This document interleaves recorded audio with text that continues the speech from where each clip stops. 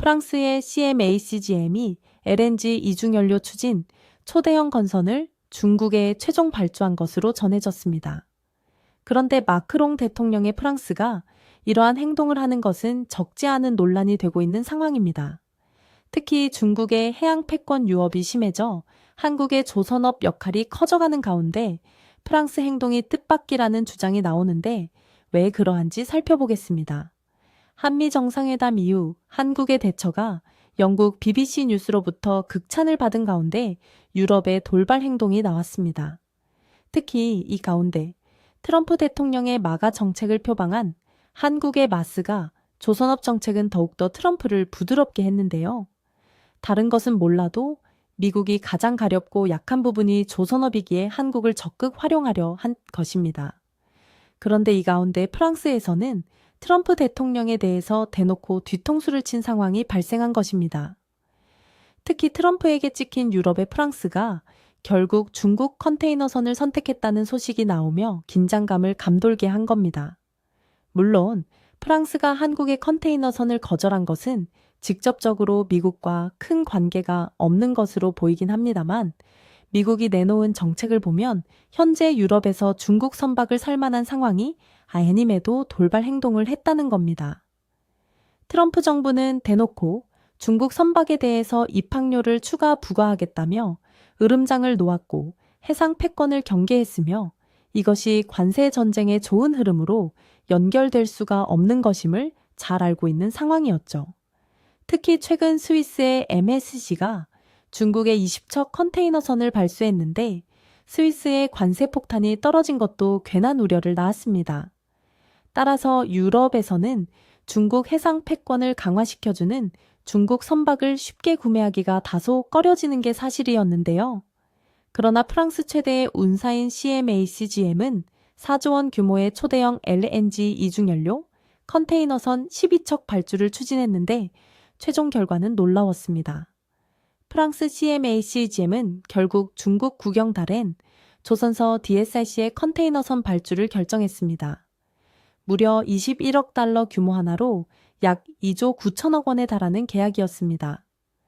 미국의 강력한 견제와 프랑스 내부의 친미 기류에도 불구하고 결국 자국의 이익을 위해 중국에 손을 내민 것이죠.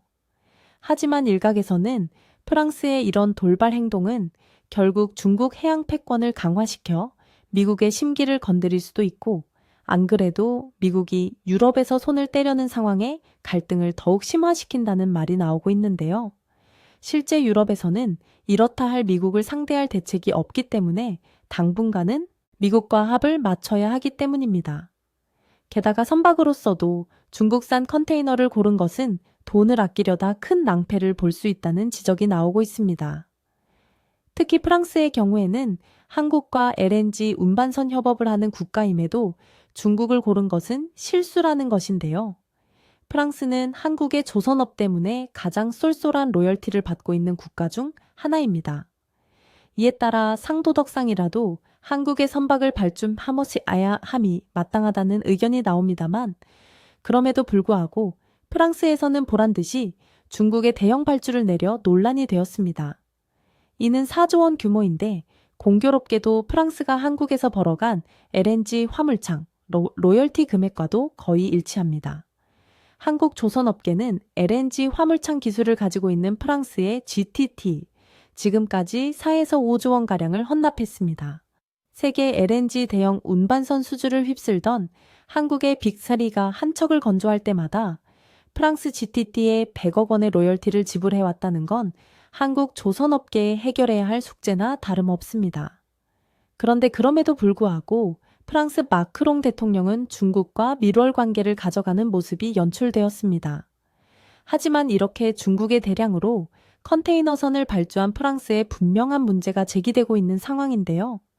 중국에게 선물을 받았으니 보답으로 중국 컨테이너선을 주문했지만 큰 문제가 따를 수 있다는 것입니다.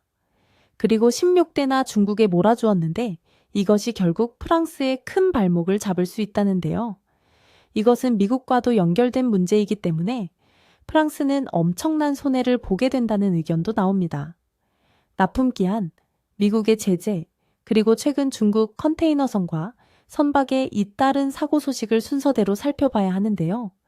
우선 첫 번째로 프랑스는 중국의 컨테이너선을 발주했다가 번번이 납기 지연을 맞은 바 있습니다. 2020년이었죠.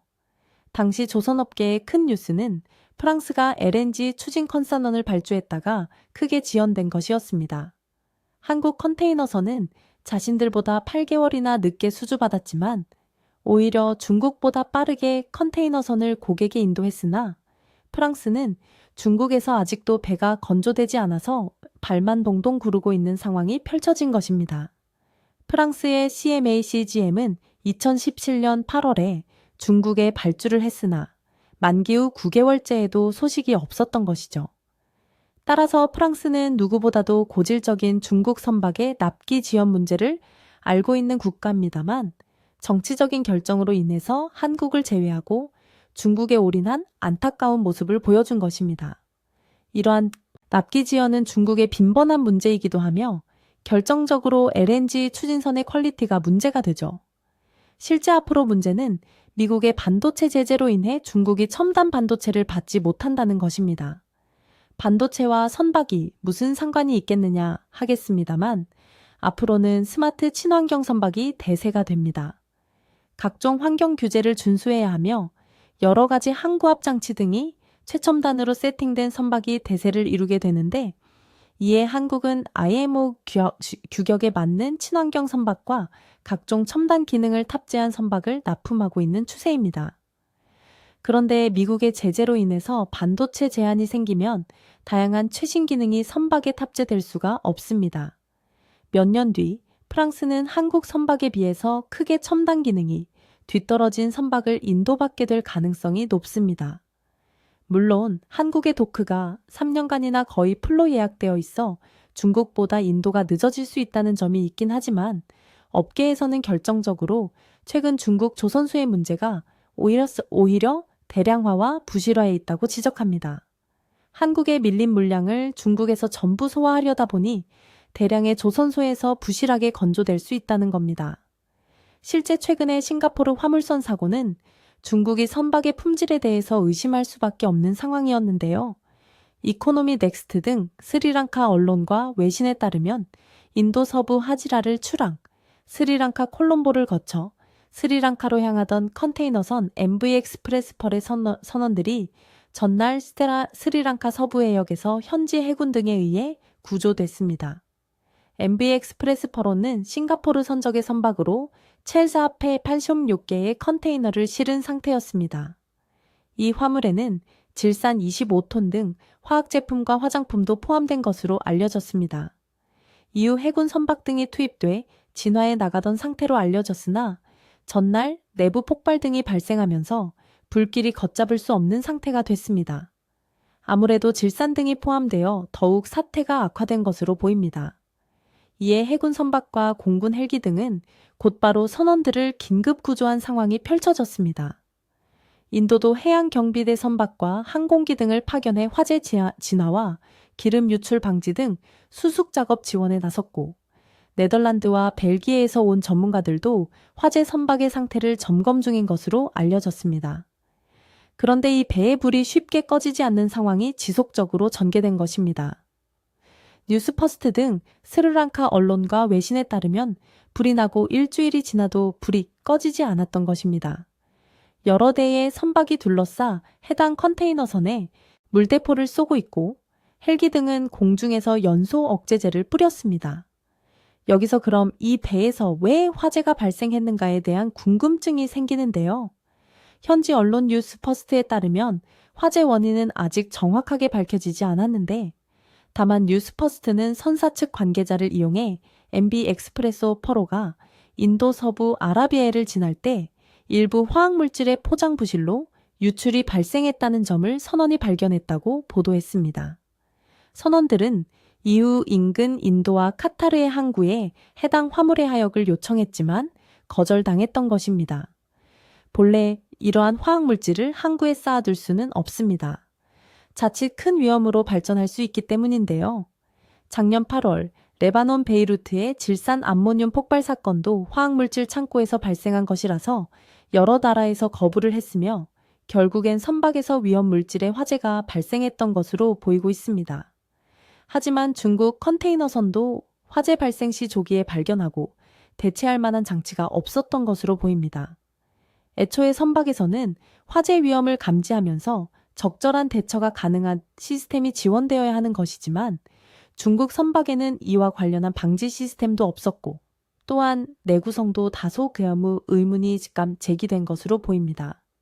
왜냐하면 결국 이 선박이 침몰하기 시작한 것인데요. 컨테이너선에 화재를 잡기 위해서 다양한 선박들이 계속해서 많은 양의 물을 퍼부었는데 그 과정 가운데 배의 내구성이 약해져 침몰한 것으로 보이기 때문입니다. 네덜란드, 인도 등 다국적의 선박은 각고의 노력 끝에 결국에는 화재 진압을 성공했지만 그동안의 배가 약해져 버려 침몰로 연결되어 버린 상황인 것입니다.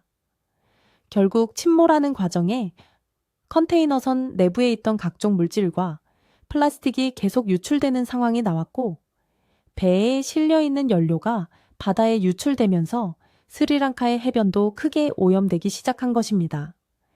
관계자들은 보통 이런 경우에 선체 파손으로 인해서 침몰까지 가는 경우는 거의 없다고 파악했기 때문에 선미부터 가라앉기 시작한 MV 엑스프레스 펄홀러를 보고 스리랑카 당국이 초비상에 빠졌다고 전하고 있습니다. 스리랑카 당국은 이 선박의 화재 진압에 성공한 뒤 선체 손상은 경미한 걸로 보고 예인하려고 준비했기 때문입니다. 그렇지만 막상 예인하려고 했던 선박이 생각보다 데미지가 상당했던 것으로 알려지고 있는 것입니다. 일각에서는 중국 건조 선박의 내구성이 생각보다 취약해 이런 문제로 연결된 게 아닌가 하는 의견도 나옵니다. 결국 스리랑카 정부가 자국 영해에서 발생한 컨테이너선 MV 엑스프레스 펄홀러의 화재와 관련해 환경오염을 이유로 해당 선박의 선주 등을 고소하기로 결정했습니다. 스리랑카 해양보호국장은 이번 사고는 스리랑카가 겪은 해양오염 가운데 최악이라고 생각한다고 말했습니다.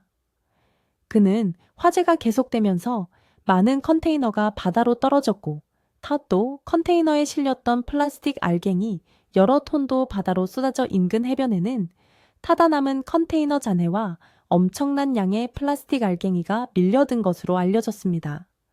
또 컨테이너선 화재는 관광과 어업으로 유명한 인근 어촌 경제에도 심각한 타격을 주었습니다. 이런 가운데 한국의 현대중공업은 최근 AI 기반의 화재 감지 시스템을 개발해 성공해 선박에 탑재했습니다. 일본과 중국이 더 큰 사고를 일으키기 전에 한국의 조선사는 최첨단 화재 방제 기능을 개발하고 있는 모습인데요.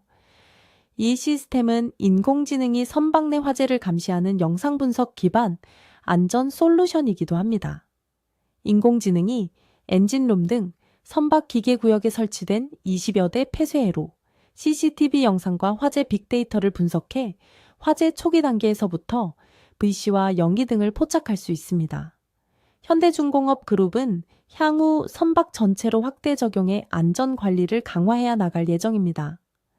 특히 이 시스템은 인공지능이 스스로 데이터를 쌓으며 학습하는 딥러닝 기술을 적용해 일반 카메라 영상으로도 기존 화재 감지 센서에서 빈번한 오경포 가능성 등을 원천 제거할 수 있도록 정밀도를 높였습니다. 또한 화재 인식까지 2분가량 소요되던 기존 센서와는 달리 화재 징후를 즉각적으로 탐지할 수 있습니다. 현대중공업 그룹 관계자는 조선업계 최초로 선박 안전관리 분야에 인공지능을 접목했다는 점에서 의미가 있다며 선박 안전 분야 전체로 확대 적용해 미래 무인 선박 시대를 선점할 것이다 라고 말했습니다. 하지만 프랑스 입장에서는 이러한 기회를 결국 중국의 컨테이너선을 발취해서 날린다는 말도 나오는 것이죠. AI는 특히나 최첨단 반도체가 적용되기 때문에 미국이 중국을 완전히 틀어막고 있는 분면입니다. 또한 이것이 납기지요는 물론이고 자칫 해양 사고를 비롯해서 다양한 문제를 일으킬 것으로도 관측됩니다. 유럽에서는 친환경을 강조하는데 프랑스가 앞장서서 중국의 선박을 이용하면 그것도 의문인데다가 이는 중국의 1대1로 프로그램의 일환이기 때문에 이 역시 유럽 영내에서 논란이 될 것으로 보입니다. 독일, 이탈리아 등도 서서히 탈중국을 고려하는데 프랑스가 역행한다는 지적을 받고 있는 것입니다. 이와 같이 프랑스는 한국 대신 중국에 발주했다가 다양한 어려움을 겪을 것으로 관측되고 있습니다. 두 번째, 일본 내부 배신으로 인해 만견자실저기에 도대체 일본 해운사가 왜 있는 건가? 일본 조선업을 아주 망치고 있는 게 아닌가? 현재 일본의 한 해운사 대표가 한국의 조선소에서 목격되며 온라인에서 논란이 되는 모습이 이어지는데요. 최근 한국의 조선업은 묵묵히 오랜 기간 준비하고 기술을 연마한 가운데 큰 기회를 맞이하고 있는데, 뜻밖의 이러한 맥락 가운데 일본 해운사가 한국을 찾아오면서 그 이유에 대한 논란이 있는 것입니다.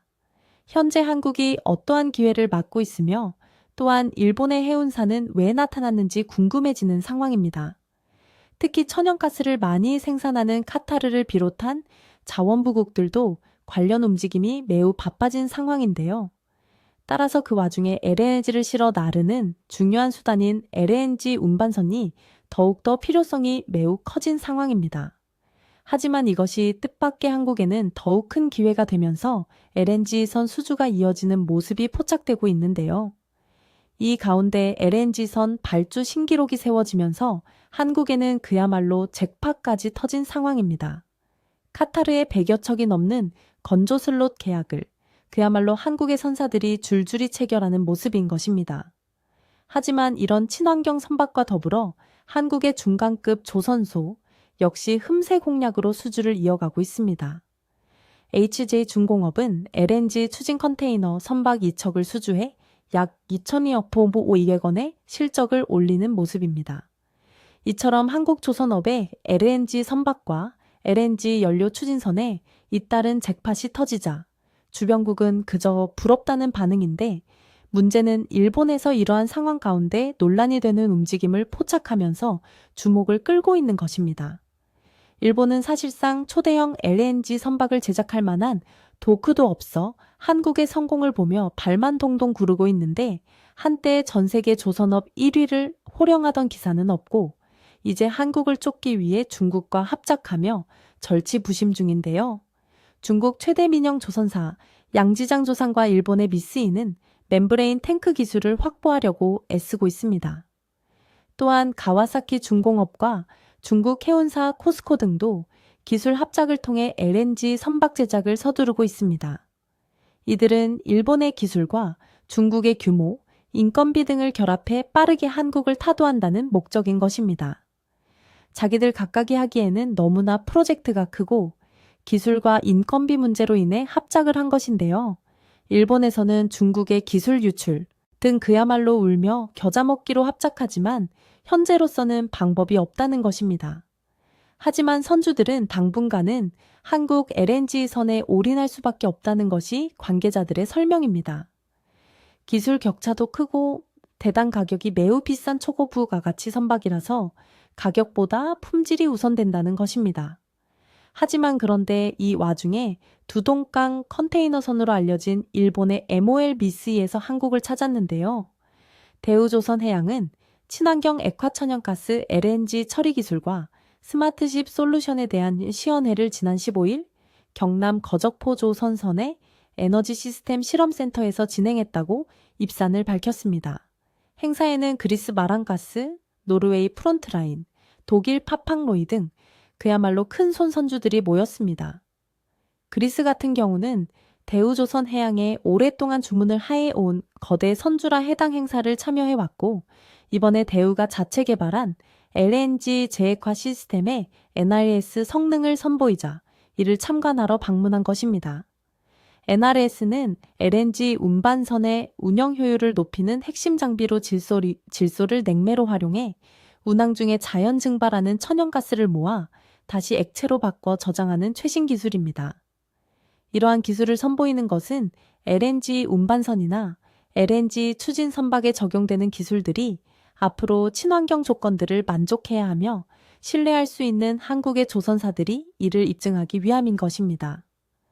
그런데 이러한 시연 외에 일본의 미쓰이 MOL까지 참관해서 한국의 선박에 대한 발주 의향을 비춘 것입니다. 결국에는 일본 역시 어쩔 수 없이 한국의 LNG 관련 선박을 주문 넣는 모습이 연출된 것입니다. 특히 일본의 경우 자국 발주율 비율이 거의 100%에 달할 정도로 자국 조선소를 우선적으로 고려합니다. 이것은 일본의 국가 정책이기도 하며 조선은 만큼은 절대로 포기할 수 없다는 의지인 것입니다. 관계자들은 일본에서 한국에 배를 주문한다는 것은 매우 이례적인 상황이라고 강조하고 있습니다.